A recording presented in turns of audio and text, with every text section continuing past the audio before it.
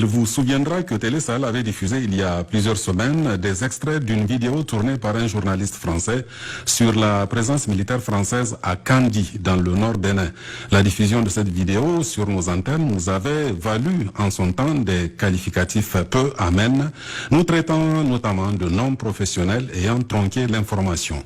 Aujourd'hui, cette même presse française veut revenir enquêter au Bénin, mais se heurte cette fois-ci à un mur. Car, contrairement aux déclarations du porte-parole du gouvernement béninois, invitant la presse internationale à venir enquêter sur ce qu'il appelle les accusations portées contre son pays, la presse française a été tournée, cette fois-ci, en bourrique. Un mois et demi après avoir déposé sa demande d'accréditation, notre journaliste fait face à un silence radio côté autorité béninoise.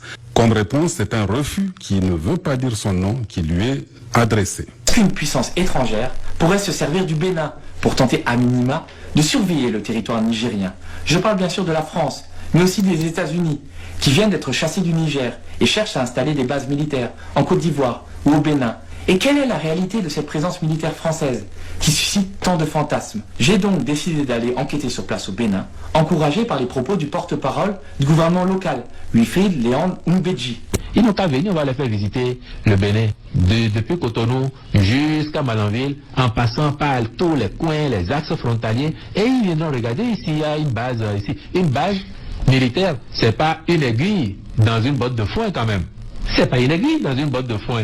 Le 27 mai dernier, j'ai fait les choses bien et j'ai demandé une autorisation de reportage à l'AAC béninoise, l'organe en charge de l'accréditation des journalistes étrangers. Première surprise, son secrétaire général m'a reçu assez froidement en disant que ma demande allait être examinée de près par le président en raison, je cite, d'un précédent fâcheux. Ma vidéo dans le Nord sur les soldats français à Kandi n'avait visiblement pas plu aux autorités béninoises. Mais je me disais qu'avec les propos rassurants du porte-parole du gouvernement, j'allais pouvoir visiter le Bénin, de Cotonou à Malanville, et faire mon travail de journaliste en toute liberté. Eh bien, figurez-vous que je me suis bien planté. 1 mois et demi après ma demande, j'attends toujours mon accréditation, qui ne m'a pas été refusée officiellement, mais qui a été ajournée pour des motifs plus farfelus les uns que les autres.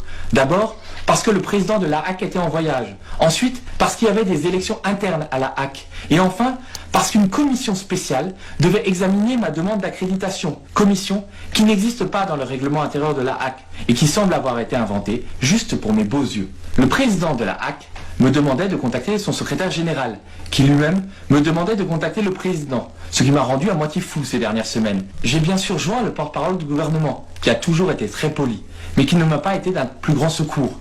Lui aussi m'a recommandé de relancer le président de la HAC, qui me renvoyait vers son secrétaire général, qui lui-même m'a renvoyé vers... Bref, très clairement, on voulait me dire non sans me dire non. On n'a pas eu le courage de me refuser l'accréditation. Alors, les autorités béninoises ont louvoyé, comme toute bonne dictature qui ne s'assume pas. L'ambassade de France au Bénin doit aussi être contente de ne pas m'avoir dans les pattes. D'ailleurs, une nouvelle ambassadrice va arriver prochainement dans le pays.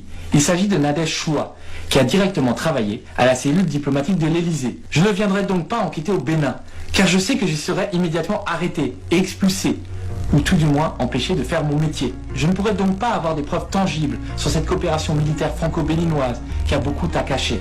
Des sources dignes de foi et recoupées par mes soins m'ont indiqué que l'avion de renseignement finance européenne était aujourd'hui basé sur l'aéroport de Tourou, près de Parakou, au centre du pays.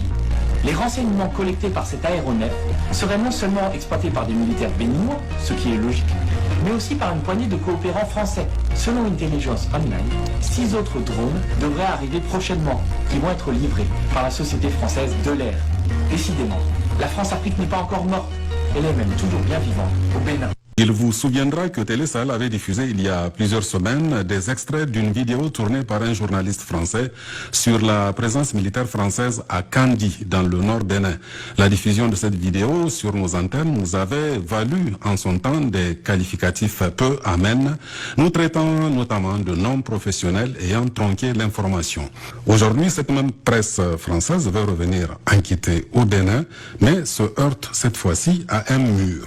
Car, contrairement aux déclarations du porte-parole du gouvernement béninois, invitant la presse internationale à venir enquêter sur ce qu'il appelle les accusations portées contre son pays, la presse française a été tournée, cette fois-ci en bourrique. Un mois et demi après avoir déposé sa demande d'accréditation, notre journaliste fait face à un silence radio côté autorité béninoise. Comme réponse, c'est un refus qui ne veut pas dire son nom qui lui est adressé. Qu'une puissance étrangère pourrait se servir du Bénin pour tenter à minima de surveiller le territoire nigérien. Je parle bien sûr de la France, mais aussi des États-Unis, qui viennent d'être chassés du Niger et cherchent à installer des bases militaires en Côte d'Ivoire ou au Bénin. Et quelle est la réalité de cette présence militaire française qui suscite tant de fantasmes? J'ai donc décidé d'aller enquêter sur place au Bénin, encouragé par les propos du porte-parole du gouvernement local, Wilfried Léon Mbedji. Ils n'ont qu'à venir, on va les faire visiter le Bénin, depuis Cotonou jusqu'à Malanville, en passant par tous les coins, les axes frontaliers, et ils viendront regarder ici, il y a une base ici, une base militaire, c'est pas une aiguille dans une botte de foin quand même. C'est pas une aiguille dans une botte de foin. Le 27 mai dernier, j'ai fait les choses bien et j'ai demandé une autorisation de reportage à la HAC béninoise, l'organe en charge de l'accréditation des journalistes étrangers. Première surprise, son secrétaire général m'a reçu assez froidement en disant que ma demande allait être examinée de près par le président en raison, je cite, d'un précédent fâcheux. Ma vidéo dans le Nord sur les soldats français à Kandy n'avait visiblement pas plu aux autorités béninoises. Mais je me disais qu'avec les propos rassurants du porte-parole du gouvernement, j'allais pouvoir visiter le Bénin, de Cotonou à Malanville, et faire mon travail de journaliste en toute liberté. Eh bien, figurez-vous que je me suis bien planté.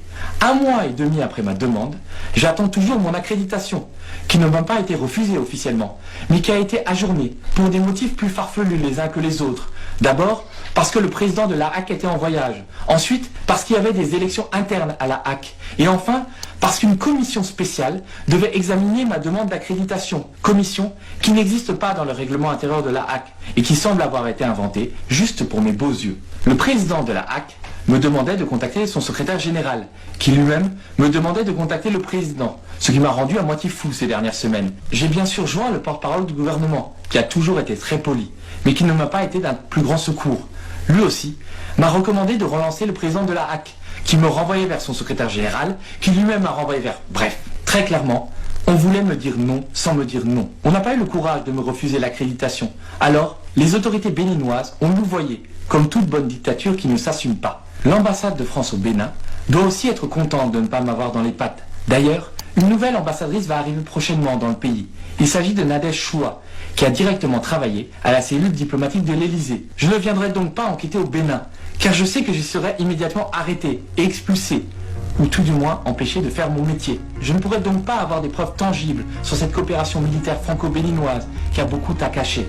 Les sources dignes de foi et recoupées par mes soins m'ont indiqué que l'avion de renseignement Finance européenne était aujourd'hui basé sur l'aéroport de Tourou, près de Parakou, au centre du pays. Les renseignements collectés par cet aéronef seraient non seulement exploités par des militaires béninois, ce qui est logique, mais aussi par une poignée de coopérants français. Selon Intelligence Online, 6 autres drones devraient arriver prochainement, qui vont être livrés par la société française de l'air. Décidément, la France-Afrique n'est pas encore morte, elle est même toujours bien vivante au Bénin.